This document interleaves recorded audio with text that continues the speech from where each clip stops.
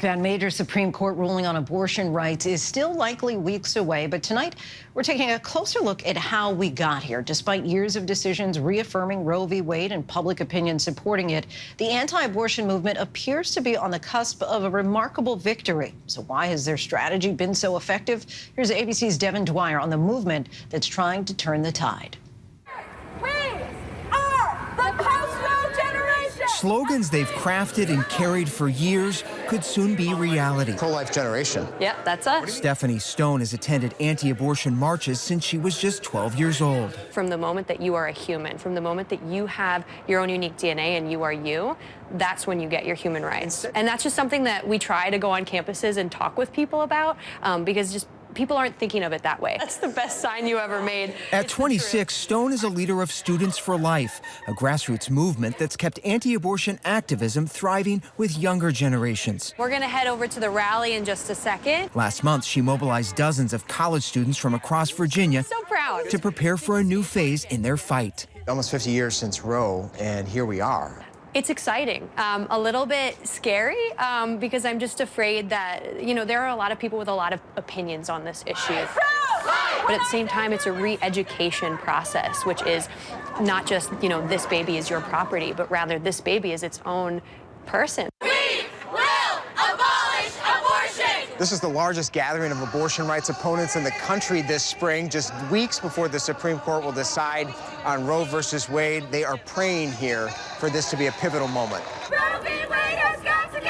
Abortion is the human rights violation of our generation, of our lifetime. That's the thing that we need to fight against. Lauren, Jesse, Christian, and Savannah, all members of Generation Z, say they plan to lobby state legislators if Roe falls. And we're now finally at that tipping point, I think, where enough Americans, at least for the late-term abortions, can, without question, say, this is definitely wrong. I mean, about 70% of Americans still think Roe should stand. Their immediate gut reaction is yes, because they don't want to say no. They don't want to seem like they're against women's rights, but they also don't realize the gravity of Roe v. Wade. The campaign to overturn Roe now closer to success than ever before. Roe v. Wade is going to go! After that leaked draft opinion showed the Supreme Court ready to go all the way. The gravity of the moment, We're not going back! leaving many to wonder how the tide turned seemingly so quickly. Jackson Women's Health. In Mississippi, which brought the Supreme Court challenge, last fall at the state's only remaining abortion clinic, we found a growing wistfulness about what's transpired. It feels scary because that means that we've been fighting all these years, and it's like, how great of a job are we doing as a people, as women, as you know, pro-choice people? How great of a job are we really doing if we're the only ones that are open? If you're coming to the clinic, you can pull right on in, honey. Volunteer organizer Dorinda Hancock says the Supreme Court case is a wake-up call. One thing that I have to give the anti-abortion protesters credit for, they are well-organized, well-funded, and they stick together. If you win at the Supreme Court, what's next for this movement? What's next for us is returning the fight to the states, protecting women and children as much as we can. Just look at this, all walks of life. Absolutely. Young, old. Yeah. People feel really strongly about this. I mean, I think that years ago, the other side, so to speak, pro-abortion advocates thought that we would become desensitized to abortion, but nothing could be further from the truth. Our marches have grown and our movement's just gotten stronger.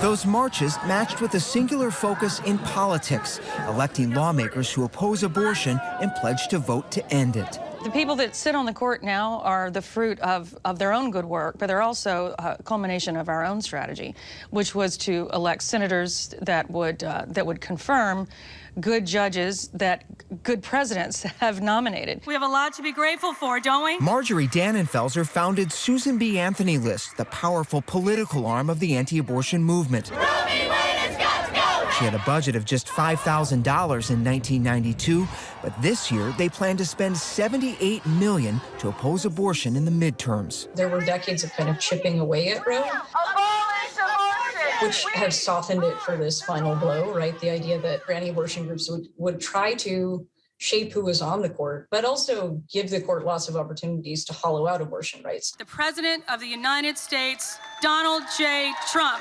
Would we have gotten to this point without Donald Trump? We would not be here if Donald Trump had not nominated the justices that he did, without question. Mitch McConnell can be credited with holding up and waiting for an election with a Merrick Garland nomination. If Garland had been on the case, we wouldn't be sitting here today. She also credits a stroke of luck. If the late liberal Justice Ruth Bader Ginsburg had retired earlier or died after Trump left office, Amy Coney Barrett, a sixth conservative justice, would not have been confirmed. Even with the things conservatives did right, we wouldn't be here without those coincidences. Abortion rights opponents aren't looking back. Big moment for the pro-life movement. It is. It is. Well, listen, we we've said all along that I'm pro-life. Virginia is not among the 26 states certain or likely to ban abortion immediately if Roe falls. But its new Republican leaders, Thank you all for being out here today. elected last fall with help from Dannenfelser, are pushing new restrictions. Do you think Virginia will follow suit? I think as long as the Republicans are in control of the state, then it will. Some red state legislators want to go even further, calling for classification of abortion as homicide, bans on the morning after pill, and possible limits on IVF. Millions of women rely on IVF in this country to get pregnant. Yeah. And you're saying that needs to be reconsidered? I'm going through my own things right now with this as well. But ultimately, I don't think there's ever a justifiable reason to create an embryo and then discard it. Nobody wants that. I can guarantee you there is not going to be a pro-life presidential candidate that says, I want to take away your IVF. It's not going to happen. Millions of American women are unconvinced, outraged and alarmed by what could come, vowing to fight back at the ballot box. We've reached a point in our history where we just cannot go back. If they don't believe in abortion, they don't have to have rights. It's that simple. They can stay in their living room. Get out of mine. Is there any risk of overplaying your hand? It's our job to discern how ambitious can we be and make sure that we hold the consensus.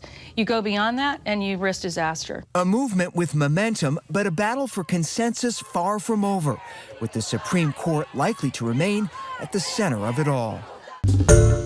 Hi everyone, George Stephanopoulos here. Thanks for checking out the ABC News YouTube channel. If you'd like to get more videos, show highlights, and watch live event coverage, click on the right over here to subscribe to our channel, and don't forget to download the ABC News app for breaking news alerts. Thanks for watching.